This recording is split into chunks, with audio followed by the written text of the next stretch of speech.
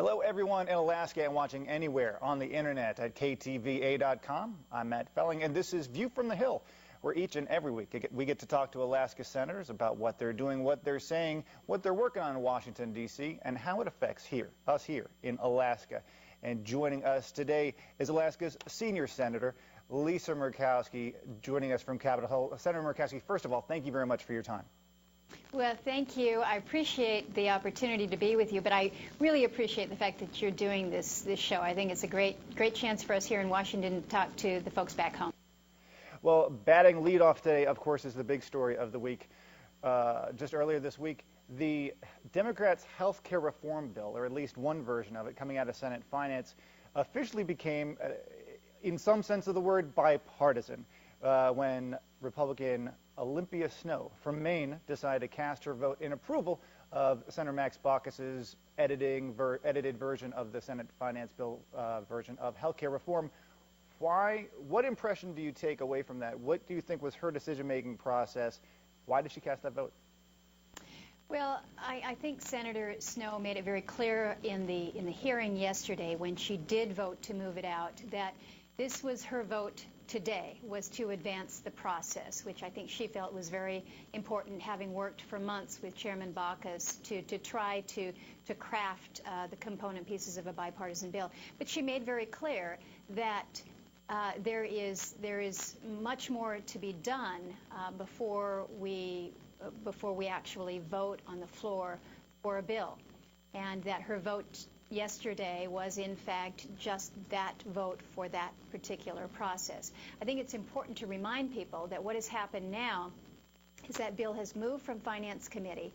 It is now in the conference room of Senator Harry Reid, the majority leader, and Senator Reid will, along with other members of the Democratic majority leadership team, be crafting a bill between what came out of the HELP Committee, the Health, Education, Labor, Pensions Committee, and what came out of Finance. They're going to try to marry pieces of that bill. I think it's going to be a very, very difficult job.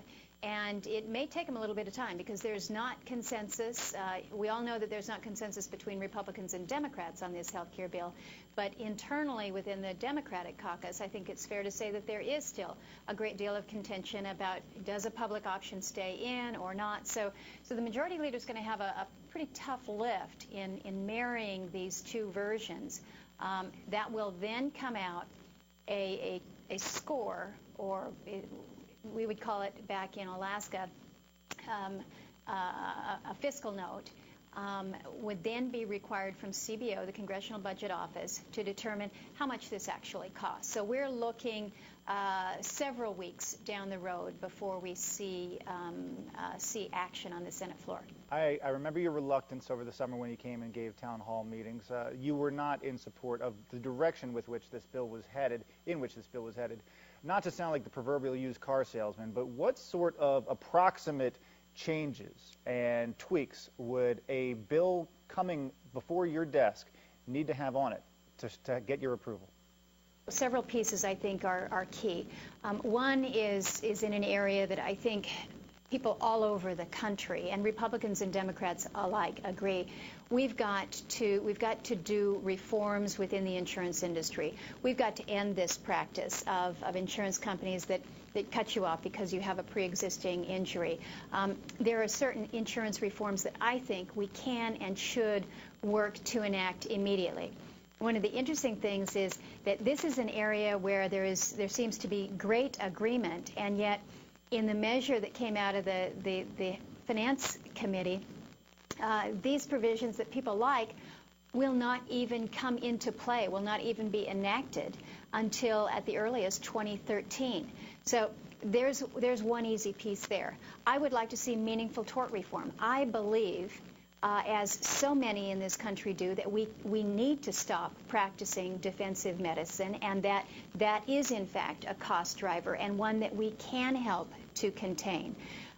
We need to do more, I think, than just kind of a pilot project. You look at what has happened in the state of California, the state of Texas, where they have demonstrated absolutely without question that they're able to reduce their health care costs within their states.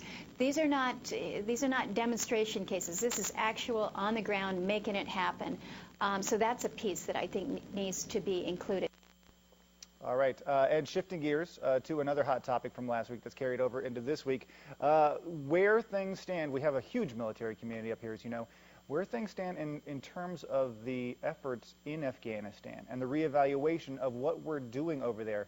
What are you hearing inside the Beltway in terms of us really taking Afghanistan seriously or just taking it off the table altogether? Well, I'll tell you, there is a great deal of confusion right now. And I don't think that confusion helps. It doesn't help those men and women that are over there right now. We've got soldiers from Fort Richardson that are serving us honorably over in Afghanistan, putting their lives on the line every day. It doesn't do them any favors. It doesn't do them service if the message that comes out of Washington, D.C. is confused.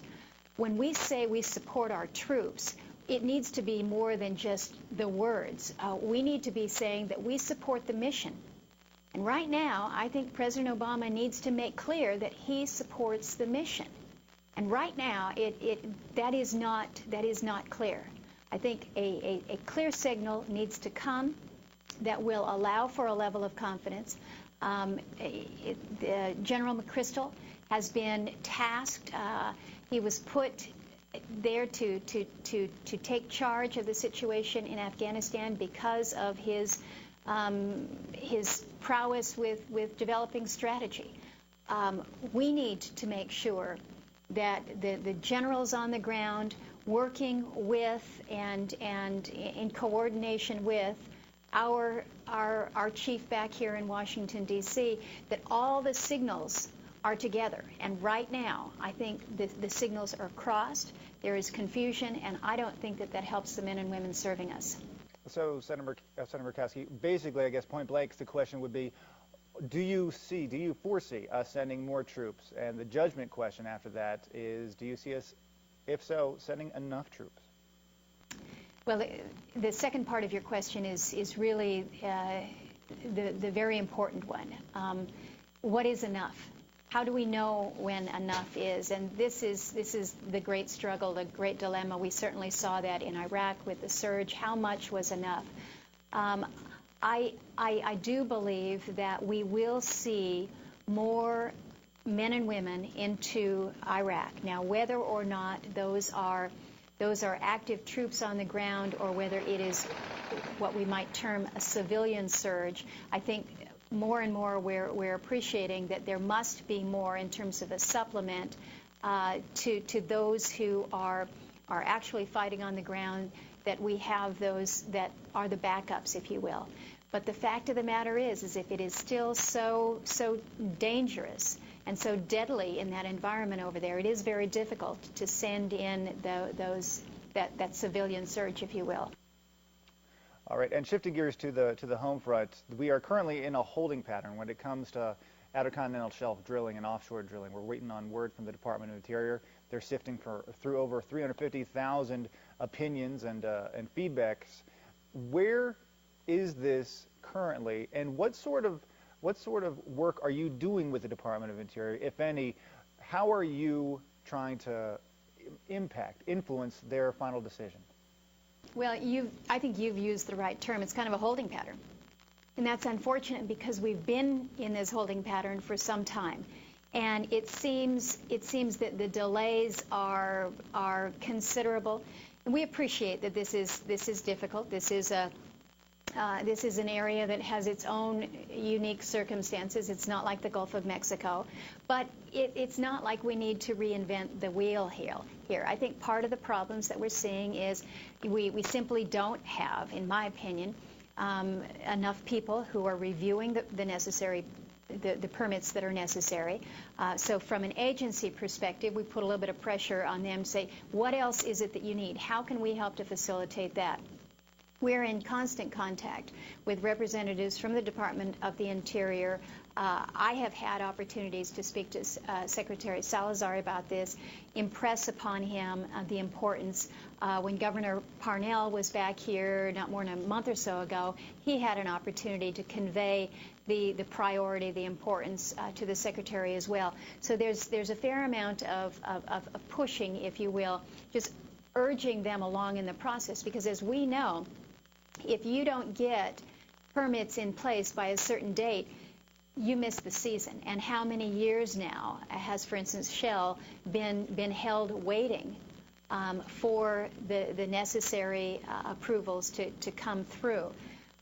You can only wait so long. You can only put so much money out without being able to do anything before you look at this and say, maybe this isn't a friendly work environment. Excellent. I saw earlier this weekend in the ADN you put out your stance on the EPA emission standards debate, and this is something that you and I talked about a few weeks ago. But I understand the rationale of you wanting this to be a congressional decision and a congressional process, and the EPA you wanted a timeout. But I also hear from a lot of people concerned about climate change that a decision needs to happen as soon as possible. Is there any way to reconcile your concerns with their timetable, which is extremely short? Well, the EPA is tasked with one thing and one thing only, and that is to reduce emissions. They don't have to balance the impact to the economy. They don't have to be concerned about how many jobs we may lose in a given region. This is where the Congress comes in and looks at the policy from the bigger picture. Yes, we want to achieve the goal of reducing our emissions, but we also need to do it in a way that allows for this process to move forward. If you kick the economy in the head so hard that you down it, we're not going to be able to advance the technologies that we need that will make a difference to reduce our emissions for the long haul. So I don't believe that the EPA is the best tool. I think we've heard from the president to the administrator of the EPA that they all agree that it should be coming out of Congress. The policy should be coming out of Congress. But we need to appreciate this is not something that we got into overnight. And the policies that we put in place will be incredibly significant in terms of their complexity, in terms of the impact to the economy. So let's not be afraid to get it right. And in doing so, it's going to take us a little bit of time. We've got a bill that has moved through the House, which I don't think is a good bill, but we've got a bill that was just introduced in the Senate. That has its warts as well. But there's some new thoughts that are out there. We just came from a hearing this morning on the Energy Committee about the cost of climate change and how you factor that into your economy-wide focus. We've got a lot of work that can be done, but people think that we're not doing anything right now. That is not the case. There was an opinion piece that was just released over the weekend. Senator Kerry, a very liberal senator from Massachusetts, and Senator Graham, very conservative gentleman from South Carolina, coming together to discuss ways that we can really advance climate change legislation through the Congress in a bipartisan way. Excellent. And I know that we're running short on time, so I will ask you a political question of a different ilk. Last Friday, first thing in the morning, you get the news that President Obama is awarded the Nobel Peace Prize. What was your first impression of that? Well, I will tell you, I felt that the announcement was a bit premature. It puts incredible expectations on the president to perform miraculous deeds, bring about the peace in the Middle East, to fix climate change, to fix the economy, to stop the war in Iraq and Afghanistan, and end nuclear disarmament in Iran. I mean, the pressures on him now are huge.